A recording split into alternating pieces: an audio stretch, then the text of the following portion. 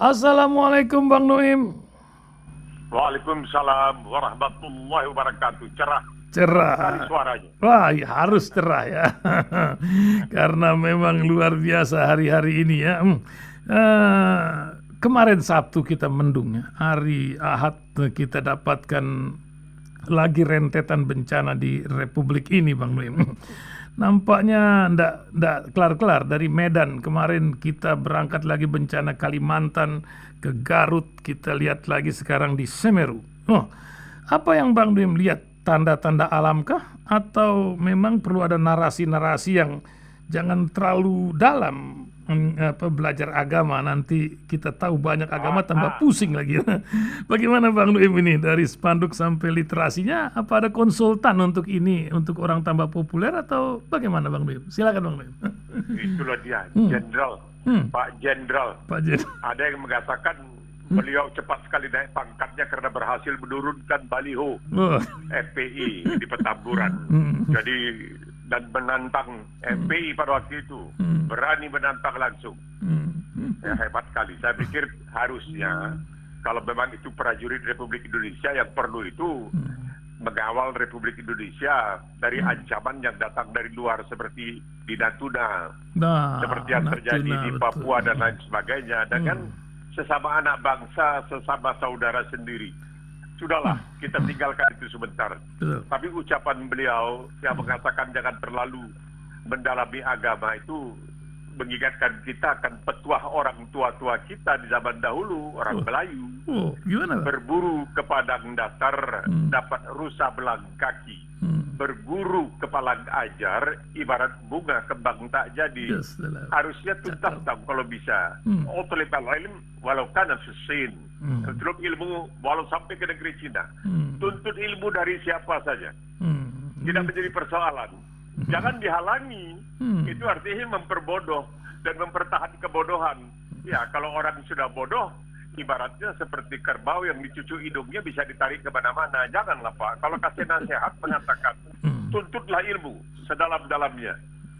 Karena yang menyalahgunakan ilmu itu terbatas sekali. Jadi tidak perlu dikatakan ilmu itu yang bersalah. Ini tidak benar. Dimanapun orang selalu menganjurkan tuntutlah ilmu. Dari ayunan sampai ke liang lahat. Ini sudah ajaran yang sangat luar biasa. Diakui oleh masyarakat internasional. Diakui oleh orang-orang bijak di ajang internasional. Tapi di Indonesia malahan dikatakan, oh iya, jangan terlalu diperdalam. Ini satu yang salah. Karena semakin kita memperdalam ilmu tentang Islam terutamanya, semakin kita menjadi orang yang penuh kasih sayang terhadap segala yang ada di permukaan bumi ini. Karena Islam itu diturunkan rahmatan lil alamin. Jadi untuk semuanya, bukan untuk satu, untuk dua, tapi untuk semuanya. Jangan menyalahartikan ini yang menjadi persoalan. Bahwa karena tidak pintar, karena agak pandir, agak dongok, agak bahlul, nah itu kita menyalahartikan. Kalau dia berbicara mengenai Islam dan dia bicara mengenai ayat-ayat tertentu, dia harus mengetahui bahwa satu-satunya kitab suci yang ada apa yang disebut sebagai asbabun nuzul, sebab-sebab diturunkan, itu hanya Al-Quran. Jadi tidak sembarangan diturunkan. Jadi mesti diketahui bahwa ini diturunkan karena ada kasus ini, khusus untuk hanya kasus ini. Karena Islam itu merupakan jawaban-jawaban dari banyak pertanyaan. Nah, ini yang penting harus dipahami. Nah, kalau dikatakan sekarang ini banyak terjadi musibah, bencana alam dan lain sebagainya, Semeru dan lain sebagainya, tapi itu tidak mengherankan.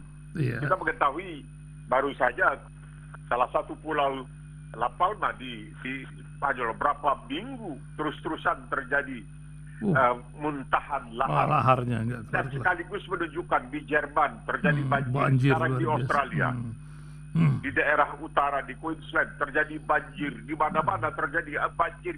Bahkan di Melbourne beberapa hari yang lalu juga tiba-tiba hujan turun secara mendadak, terjadi banjir sebentar.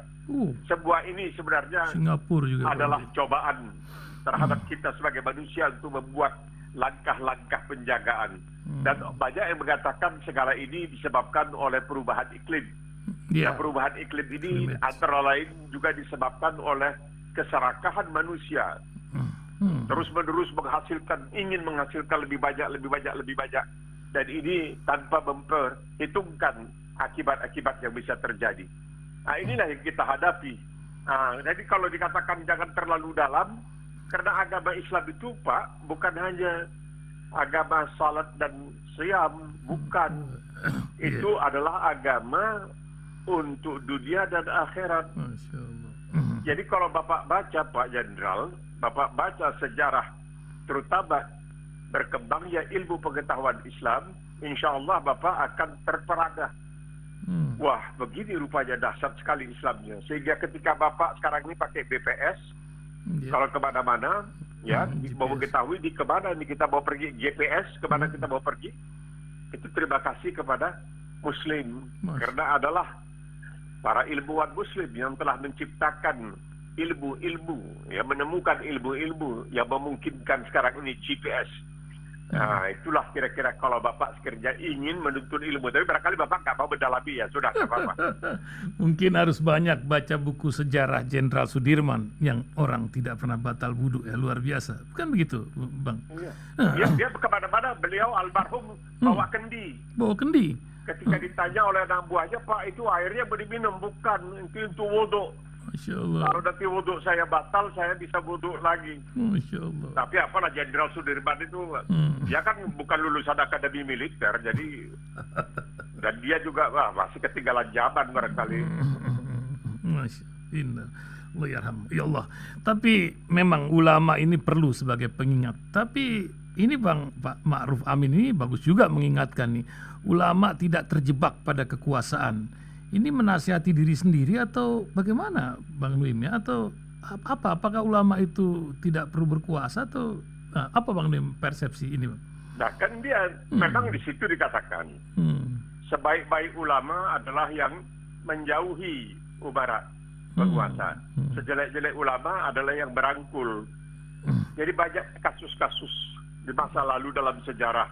Misalnya seorang sultan di Andalus, ketika dia mengaku kepada para alim ulamanya bahwa dia telah dengan sengaja meninggalkan puasa pada satu hari Ramadan. Lalu dia minta, bagaimana saya harus menebus dosa yang telah saya lakukan dengan sengaja ini. Pimpinan ulama pada waktu itu mengatakan, Anda harus puasa 60 hari. Ulama lain semua terkejut.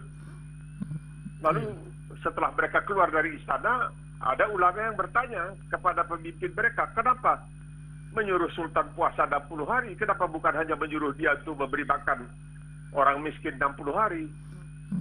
Lalu dia mengatakan, kalau kasih makan 600 orang pun dia bisa kasih makan. Dia sultan.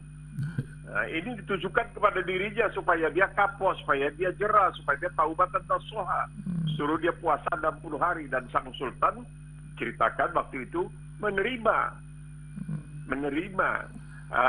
semacam, katakanlah, vonis yang diberikan oleh ulama, dan dia puasa setelah Ramadan, dia puasa 60 hari. Nah, inilah jenis-jenis ulama yang berani mengatakan yang benar adalah benar, yang salah adalah salah. Bukan membenarkan yang salah dan menyalahkan yang benar. Itu bukan ulama, itu namanya al-munafiqun. Banyak di masa lalu ulama-ulama yang akhirnya dipenjarakan dan tidak mempedulikan orang, sebut sajalah almarhum Buya Hamka misalnya, oleh Soekarno yang selalu dikatakan mirip Nabi Muhammad, astagfirullahaladzim dan sebagainya. Kalau beliau Soekarno mirip Nabi Muhammad, dia mestinya punya kecerdasan. Apa kecerdasannya? Dia mengingatkan orang-orang jangan meninggalkan sejarah jas merah. Tapi dia sendiri adalah pentolan yang paling besar yang mengingkari, melupakan sejarah. Karena memberikan kemanjaan yang sangat luar biasa kepada komunis yang telah memberontak di tahun 1948. Kemudian dirangkul kembali, ajarannya dimasukkan ke dalam ideologi negara Nasakom dan lain sebagainya. Lalu beliau dikatakan sebagai manusia langka. Tidak, langka barangkali dalam kecerobohan, bukan dalam kehebatan. Itu harus kita ingat. Kita harus jujurlah pada diri kita sendiri. Ya, memang luar biasa sejarah. Sejarah bergulir dan kadang-kadang timbul kembali. Dulu ada Kadrun, sekarang bukan orang Arab, lain lagi kisahnya. Dan Bang, kita jalan-jalan ke luar negeri dulu ini biar tambah wawasan pendengar kita. Ini pergerakan Cina menyangkut Taiwan ini luar biasa, mengingatkan bagaimana kekuasaan Cina di Tibet. 70 tahun invasi Tibet itu sudah berlalu. Dan akankah ini mempengaruhi? Kita punya Natuna dan sudah dikasih peringatan pula sama Cina ini. Masalah Natuna yang kemarin kok bocor berita macam begitu. Apa yang Bang melihat dari pergerakan ini? Amerika akankah benar-benar membela Taiwan atau hanya basa-basi ini Blinken ini? Silakan Bang. Sudah terlanjur. Tidak bisa Amerika aja basa-basi. Bukan hanya Taiwan. Amerika juga punya persetujuan kerjasama pertahanan dengan Filipina. Dan barangkali kemungkinan terjadi bentrokan secara tidak sengaja itu lebih besar antara Filipina dengan China daripada antara China dengan Taiwan. Karena Taiwan punya kemampuan militer yang cukup mengagumkan kalau dilihat dari pulau kecil seperti itu. Dan Taiwan tentunya belajar dari apa yang pernah terjadi terhadap Hong Kong. Yang semula disetujui oleh China, satu negara dua sistem. Jadi untuk Hong Kong sistem dalam tanda kutip demokrasi, untuk China dalam tanda kutip komunisme. Tetapi pada akhirnya kan itu dilangkahi semua, itu ditabrak semua. Nah sekarang ini persoalan di Laut Cina Selatan ini menarik sekali. Memang namanya Laut Cina Selatan, tapi belum tentu berarti bahwa itu laut milik China, karena undang-undang dalam Mahkamah Internasional juga sudah memutuskan, dan China tidak menerima putusan itu. Nah, Indonesia sekarang dalam keadaan betul-betul buah si malakama. Betul-betul buah si malakama. Dimakan mati mak, kata tak dimakan mati bapak. Kenapa? Kita begitu, pertama kita mengatakan diri kita sebagai bebas aktif. Tahu kita diusik oleh China. Kapalnya masuk. Ada yang kemudian saking sudah putus asanya di Indonesia mengatakan itu kapal nelayan Cina yang dikawal dengan kapal perang Cina yang masuk ke wilayah perairan Indonesia di Natuna. Sebenarnya mereka itu ngejar ikan-ikan dari perairan Cina yang lari ke wilayah perairan Indonesia. Jadi bukan apa-apa, mereka nggak mau ngambil ikan yang milik Indonesia. Mereka hanya ngambil ikan yang lari dari wilayah perairan mereka di laut. Mereka menyeberang masuk ke wilayah perairan Indonesia. Mungkin barangkali alat-alat penangkapan ikan yang dimiliki oleh nelayan Cina lebih canggih daripada yang dimiliki oleh nelayan di Natuna. Jadi udahlah jangan diributkan, karena itu ikan dari Cina masuk ke wilayah Natuna, kemudian dikejar oleh nelayan Cina yang dikawal dengan kapal perang Cina, mereka tangkap dan mereka bawa kembali ke Cina. Ya kalau perlu kita beli dari Cina. Nah masalahnya sekarang ini, dalam keterangan misalnya beberapa waktu yang lalu di depan DPR di Jakarta, petugas angkatan laut yang berkuasa di Natuna mengatakan ya kita punya kapal perang tapi kita nggak punya bahan bakar katanya. Gimana? Ini bisa beli mobil Mercedes tapi nggak sanggup beli bensinnya kan susah juga. Jadi mobil itu jadi pajangan saja. Nah ini yang berbahaya. Dalam hal ini kita melihat Indonesia lebih condong untuk mengatakan tidak mau terlibat di dalam fakta-fakta kemiliteran karena dituntut oleh pegangan kita selama ini, yaitu bebas dan aktif. Kita tidak bisa melupakan, Bung Ihsan, bahwa dalam tahun 62 ketika terjadi ketegangan antara Cina dengan India, itu Dr. Subandrio sebagai Menteri Luar Negeri kita itu sangat aktif untuk mendamaikan India dan Cina. Jadi kita ini memang juru damai lah kira-kira. Nah sekarang kalau ini terjadi antara kita dengan Cina, kita bisa bikin apa? Kita tidak punya perserikatan, tidak punya fakta pertahanan dengan siapapun. Sanggupkah kita melawan kekuatan Cina yang begitu dahsyat? Nah ini tentunya kita secara jujur harus mengatakan tidaklah. Jadi kita harus berdiplomasi. Dan selama ini nampaknya kita memang lebih condong ke Cina daripada ke negara adik kuasa lainnya. Iya, ini jadi luar biasa ya. Sementara orang-orang dulu yang pernah kita bantu ndak seperti dulu lagi. India yang kita lihat sekarang ini unik ya, di korban-korban berjatuhan dari Muslim juga sudah luar biasa. Tapi anehnya kok Hindu sekarang ini lain ya. Kenapa Bang? Ini termasuk Buddha pun habis dihantam baru-baru ini di berbagai tempat. Apa yang terjadi? Kristen juga militansi apa teror apa yang terjadi, atau paham apa yang menyebabkan mereka bisa menjadi sedemikian keras batunya itu, Bang Nuin? Ya itu dia. Sudah sejak lama diperingatkan.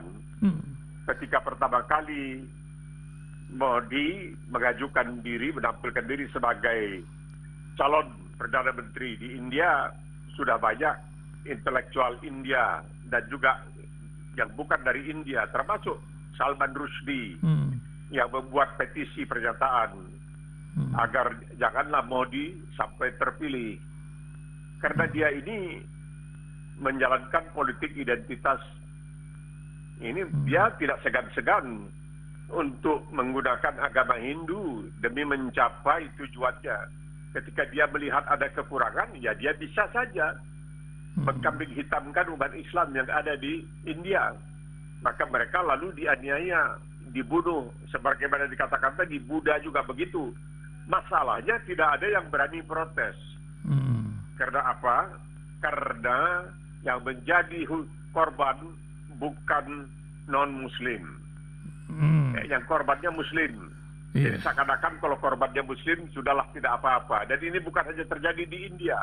Kita lihat dari awal ketika Masjid Babri di Ayodhya itu dibongkar begitu saja. Ini masjid di abad ke-17, dibangun di abad ke-17 dengan alasan bahwa itu tempat lahirnya Dewa Ram, maka mereka bongkar. Kemudian tindakan itu dibenarkan oleh Mahkamah Agung India. Dan umat manusia hanya diam. Tidak berani barangkali atau tidak mau atau mengatakan ya udahlah karena korbannya Muslim. Nah, ini masalahnya. Ini yang menjadi masalah kita lihat di mana-mana. Apabila korbannya Muslim, maka itu tidak ada yang akan memprotes. Ini terjadi di Afrika bahkan, di Angola, itu terjadi semua. Masjid dibongkar dan lain sebagainya, lalu biaya pembongkaran itu dibebankan kepada umat Islam dan tidak ada yang protes. Kenapa? Karena korbannya Muslim. Ini kan dunia tidak adil. Jadi kalau seseorang misalnya di Indonesia menghina agama Islam juga dibiarkan saja. Misalnya ada seorang buzzer lah katakan, dia menasihati anak-anak di pesantren, jangan jadi teroris ya, seakan-akan menyatakan bahwa agama terorisme itu adalah Islam. Toh dia tetap bebas saja gentayangan, nggak apa-apa. Sebaliknya kalau yang membela Islam itu bisa ditangkap. Jadi di mana-mana sudah menjadi gejala. Kita melihat ini satu cobaan. Nah sekarang terpulang maklum kepada umat Islam untuk menghadapi ini. Beranikah umat Islam merapatkan barisan dan kemudian betul-betul bersatu padu dan mengatakan kami tidak bisa terima diperlakukan seperti ini. Karena kita lihat, Bung Ihsan, di Amerika itu ada seorang anggota Kongres yang bernama Ilham, yaitu dari Somalia, perempuan, mengenakan jilbab. Waktu dia dilantik, dia pakai jilbab dan sebagainya. Dan ketika baru-baru ini, dia masuk ke dalam lift bersamaan dengan seorang anggota Kongres lainnya dari Partai Republik, dan anggota Kongres perempuan ya, anggota Kongres itu mengatakan, oh dia diaman karena dia nggak bawa ransel, artinya tidak bawa bom, kita akan aman. Jadi seakan-akan setiap Muslim itu adalah seorang calon teroris. Lalu dia terpaksa minta maaf. Di Amerika yang memperlakukan seorang muslimah seperti itu dengan ucapan seperti itu, seorang anggota Kongres minta maaf secara resmi. Kalau di Indonesia malahan dibantu, dikeplokin terus-terusan. Wah hebat ini, dia berani melawan kadrun dan lain sebagainya. Pokoknya kalau tidak suka, nah itu kadrun. Barangkali bisa juga ditangkapin, bahkan barangkali juga dilenyapkan melalui Petrus, kita nggak tahu lah. Tapi kejadiannya seperti itu. Jadi kita menyimpulkan kalau korbannya Muslim, nampaknya ya sah-sah saja lah. Tidak percaya, ya lihatlah di sana Amerika, PBB bilang untuk 1 juta orang Muslim di Xinjiang dimasukkan ke dalam kamp tawanan, melanggar hak asasi manusia mereka, perempuan-perempuan mereka dibandulkan. Tahu tidak ada yang berani menyuarakan protes kepada Cina. Bahkan kepada Myanmar, itu suatu negara yang sangat kecil di ASEAN, ratusan ribu Muslim ya dianiaya sampai lari terbirit-birit masuk ke Bangladesh, 700.000 lebih.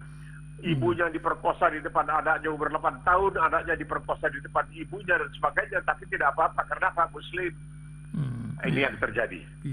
Mau tidak mau kita harus mengakui ini yang terjadi. Ketika kita membela, ini radikal. Padahal kita membela kebenaran, ini radikal. Itu susahnya. Bang Nuim, biar tambah wawasan juga pendengar kita, Bang Nuim. Ada pergolakan lain di dunia, pasti Bang Nuim mengamati juga ini. Ukraina. Ini tentara-tentara Rusia sudah siap di pinggir sana, dan saya ingat nonton film 007 ini, urusan pipa gas juga di negeri yang satu ini untuk Jerman. Tapi NATO itu sedemikian kekehnya. Ini juga sebuah simbol konflik dunia. Apa yang Bang Nuim bisa sampaikan sebuah literasi tentang pergolakan ini, Bang Nuim, di sana? Ya, dikit. Hati-hati sekali. Memang dalam hal ini Presiden Biden sudah memperingatkan, Antony Blinken, yaitu Menteri Luar Negerinya sudah memperingatkan. Tapi Rusia mengatakan ya, apa salahnya kalau kami menempatkan pasukan di perbatasan kami? Kan begitu. Nanti kalau terjadi provokasi ya mereka bisa masuk dan mereka harus hati-hati. Kenapa? Karena Rusia ini juga punya kemampuan persenjataan patut dipertimbangkan. Ini bukan seperti Muslim, 200 juta Muslim di India yang nggak punya apa-apa. Kalau punya apa-apa, dia bukan ini seperti Rohingya, 700.000 Rohingya yang ada di Birma, yang pernah ada di Birma, tidak punya apa-apa. Ini negara yang punya kemampuan militer yang barangkali ya hampir saja seimbang dengan NATO. NATO juga tidak bisa berbuat banyak. Kita tidak melihat di mana kehebatan NATO selama ini. Paling-paling melakukan serangan terhadap Libya, negara-negara kecil dan lain sebagainya itu bisa. Kita lihat, cobalah kalau berani melawan orang yang punya taji. Jadi ini hebatnya di sini ini adalah bahwa Putin tidak begitu mempedulikan. Dia tetap saja senyum saja. Ya apa salahnya? Itu kan wilayah kami. Kalian kenapa menyebar? Kenapa NATO itu terus melebar sampai ke bagian ke timur, mendekati perbatasan Rusia? Kenapa kalian boleh? Kenapa kami tidak boleh? Ini kan enak kita melihatnya. Tidak setuju kita sebenarnya, tapi enak kita melihatnya. Karena apa? Karena tidak bisa dibuli begitu saja seperti mereka membuli umat Islam dalam keadaan lemah dan terpojok di India, di Myanmar, di banyak negara di Afrika juga, bahkan Islamofobia di mana-mana. Bahkan ada yang mengatakan bahwa di Indonesia juga ada Islamofobia. Jadi kalau bisa melawan begini, ya mereka tidak punya senjata, tapi ini punya kemampuan senjata, ya kita melihat. Siapa sekarang ini yang akan lebih berkedip lebih dahuluan? Artinya siapa yang akan mundur selangkah lebih dahulu? Kita lihat. Masya Allah. Ya, luar biasa. Selain urusan COVID dan lain-lain, Omikron dan luar biasa, nampaknya sandiwara dunia ini makin seru saja. Bang Nuim, akhir kisah ini, hampir 30 menit sudah, tidak terasa kita bincang ini. Jumadil awal mulai kita napaki hari ini. Akhir tahun Desember pun sebentar lagi akan kita lewatkan. Apa yang Bang Nuim bisa ingatkan, Bang, dalam khotbah-khotbah Bang Nuim untuk pendengar atau para jamaah di sana? Saya rasa udah mulai sholat Jumat di Melbourne sekarang ini, Bang Nuim. Belum? Sudah mulai. Ya. Bagaimana ingatan jadi, ini? Mereka pakai sistemnya menarik sekali. Selama ini dikatakan harus ada jarak 1 meter antara jamaah dengan jamaah. Tetapi kemudian sebagian masjid mengajukan permohonan, mengatakan bagaimana kalau semua jemaah pakai masker, bolehkah kami bahu-membahu? Jadi dikatakan boleh. Oleh sebab itu dianjurkan pakailah masker supaya kita bisa merapatkan barisan. Jadi softnya seperti yang diwajibkan, seperti yang disuruh agar kita merapatkan barisan. Nah ini yang terjadi. Jadi terbuka jalan. Dalam hal ini terbuka jalan untuk melakukan salat sebagaimana yang seharusnya salat itu dilakukan. Bahwa waktu berjalan terus, Siapa menyangka kita sudah masuk ya tahun 2021 mendekati 2022.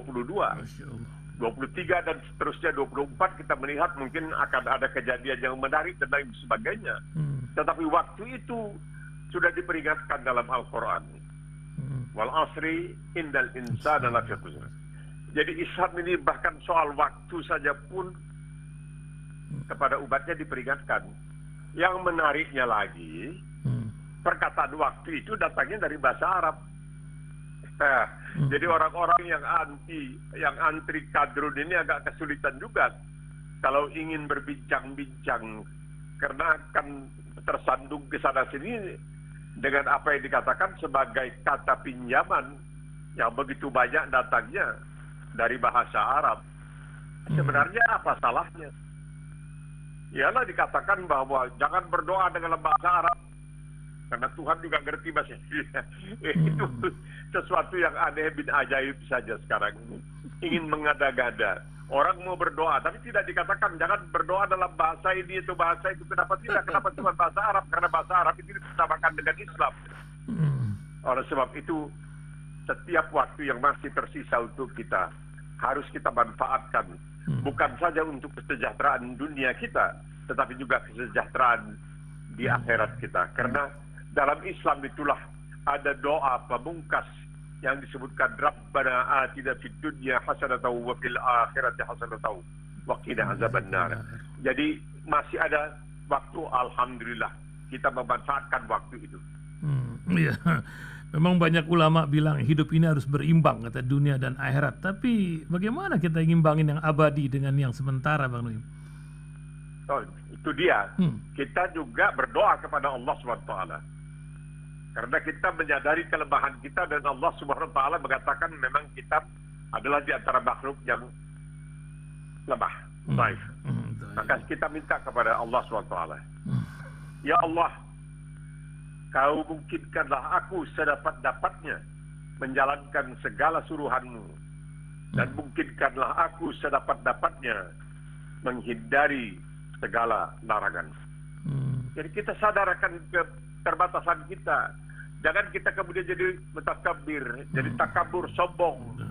Wah, mau hajar sini, hajar sana. Kamu apa? Front Pembela Islam. Kita hajar kamu. Kami punya senjata, punya panser, punya kendaraan strategis dan lain sebagainya. Kamu punya apa? Baliho, kita turunkan.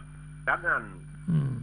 Kita cobalah pakai batas kita. Ya Allah, mungkinkanlah aku melaksanakan segala suruhan-Mu sedapat-dapatnya dan menjauhi larangan-Mu sedapat-dapatnya. Kita manusia, kita punya kelemahan, kita punya keterbatasan, dan ini diakui oleh Allah Subhanahu wa taala di dalam Al-Qur'an sendiri.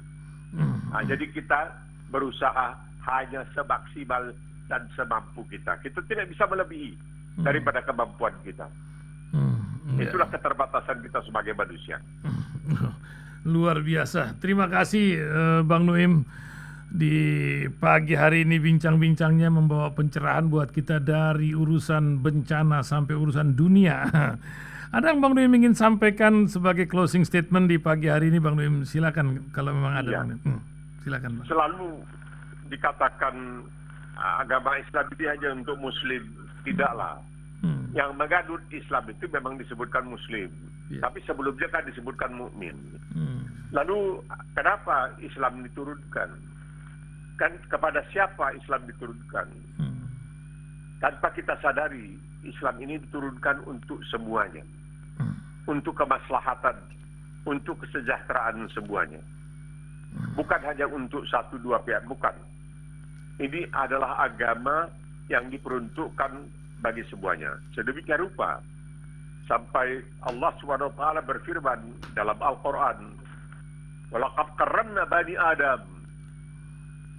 Kami muliakan anak cucu Adam. Jadi tidak disebutkan satu dua, enggak. Kami muliakan semuanya. Dan akan menjadi lebih mulia lagi apabila takwanya lebih besar. Inna akramakum indallahi atqakum. Bahwa takwa yang paling mulia, yang paling hebat itu adalah yang takwanya paling hebat. Jadi jangan anggap bahwa Islam ini hanya agama sekelompok manusia. Tidak, ini adalah agama untuk seluruh umat manusia. Insya Allah akan menjadi pencerahan seperti yang dikatakan oleh Badan Riset di Amerika, Pew, yang mengatakan pada akhirnya nanti jumlah umat Islam ini akan melampaui jumlah para penganut agama yang lainnya, insya Allah. Insya Allah. Terima kasih Bang Nuhim pagi hari ini pencerahannya, semoga selalu sehat dan selalu bermanfaat untuk banyak orang. Assalamualaikum Bang Nuhim. Waalaikumsalam warahmatullahi wabarakatuh.